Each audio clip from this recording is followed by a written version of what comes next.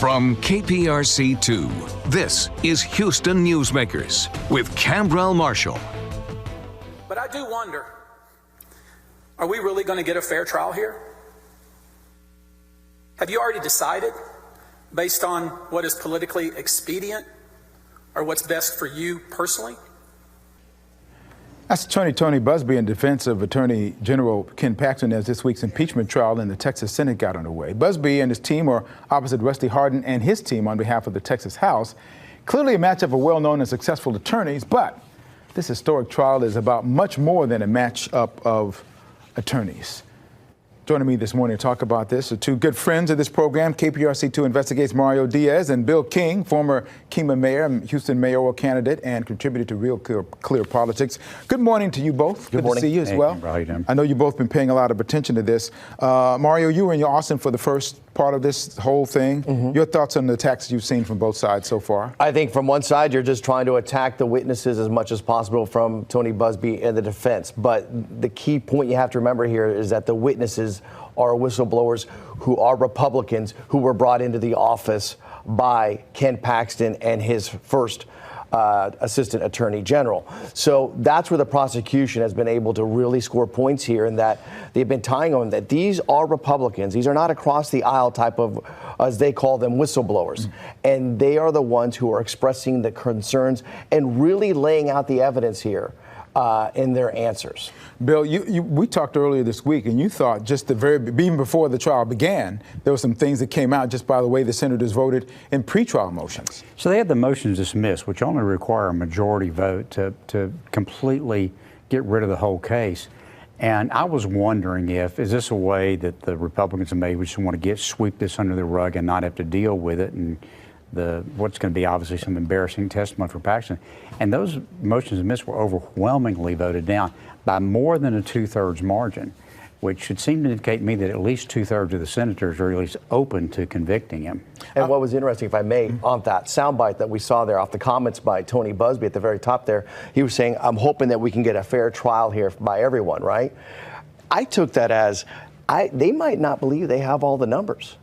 Why would you have the Republican advantage in that chamber? Why would you put that out there if you might be concerned about some of these numbers? Now, look, if you've got at those votes, they've got to find 4 or 5 Republicans that voted not to dismiss but vote against conviction. And so that's possible, but it certainly would make you scratch your head, as I think you're pointing out. Well, they're asking to sit in an objective judgment in what is clearly a hyper-partisan environment, which seems rather challenging to try to make that leap.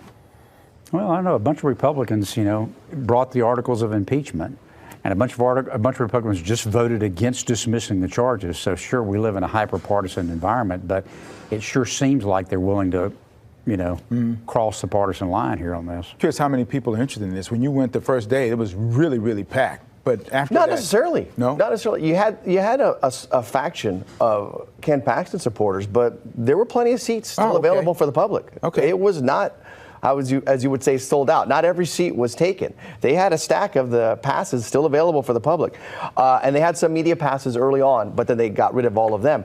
But it was not fully packed. You didn't have the protests outside the Capitol. You just had empty seats, and you had a full chamber. You had a chance to watch the evidence so far, and what do you think about the evidence being presented? It's still early, but I think that the defense is doing a pretty good job of muddying the water about what the issues really are here. Part of the problem with the prosecution case is, look, there is no doubt that the conduct by the Attorney General with respect to this developer, Nate Paul, is beyond bizarre, way outside the bounds of any kind of professional conduct. I mean, basically just made the Attorney General this guy's private law firm, which is completely unheard of. I think what everybody's struggling to figure out is why exactly did he do it? Because, a campaign contribution, nobody's going to do that for a campaign contribution. Was it because he knew about the affair and he was being blackmailed? I mean, we don't know exactly why basically Paxton became a puppet for this guy. I think that's the difficulty the prosecution is having right now. And the concerns of blackmail was something that was expressed in the testimony. To me, it's not really what's been presented so far in terms of the evidence, but what was said and how one side didn't truly follow up. If you remember, you had the defense here telling the whistleblowers and asking at one point, I believe it was Matir, the first witness, saying, and you didn't want to sign that because you didn't want to be viewed as a co-conspirator, if you remember that, correct? I thought the other side would come around and ask, meaning the prosecution, and say, hey, listen, when they asked you that question, how do you take that in the member of law enforcement? And the response would have been, obviously, well, they feel as if their man committed a crime. Mm-hmm. And that's what they were admitting, that if you're a co-conspirator. I have a really hard time understanding the whole questioning by the prosecution. They can't get the form of the questions right. They're not following up. Their exhibits are not organized. I mean, they're kind of playing in the defense's hand on. You mean Rusty? Yes. Yes. Let's talk about one of the witnesses last week. It was Ryan Bangert. He was once the Deputy First Assistant Attorney General. He went to the FBI by his boss, Paxton's defense, tried to make a big deal about it in terms of him being a whistleblower. But here's the reason Bangert said he had made the decision to speak up. Listen. I went to the FBI because I believed, based on my experience over the previous 9 months, that the Attorney General had abandoned his obligation to work on behalf of the interests of the people of Texas to serve the interests of one person, Nate Paul. Now, nobody knows who Nate Paul is for the most part, but they do now after all of this stuff is coming out. How big of a deal is what we just heard them talking about, and what are your expectations as we go to the end of this next week? I think you're going to hear more from the whistleblowers, because we know that there's been 8 whistleblowers. They've called some of them who were part of the settlement agreement that they received after they were terminated from the office. But if we're looking at 4 whistleblowers so far in week number 1, I expect there to be more whistleblowers. And then at some point, you're going to have to make that call, Bill, I believe, for a Nate Paul or this woman that's been claimed to be a mistress. And I'll be surprised if either one of them testifies. Certainly Nate Paul's not going to testify, given the fact that he's under federal indictment right now. I don't know. I thought the prosecution did do a good job of painting a picture of who these whistleblowers are. And I mean, they're not just Republican, but they're extremely conservative Republicans. And at least the first 2 witnesses had gone and taken jobs with really pretty far right-wing advocacy groups as lawyers. And so to try to say this is Republicans or it's Democrats or it's rhinos is just, it's just not credible. We're going to keep watching this, and the bench is one of the areas that you can get a lot of information about what's going on here.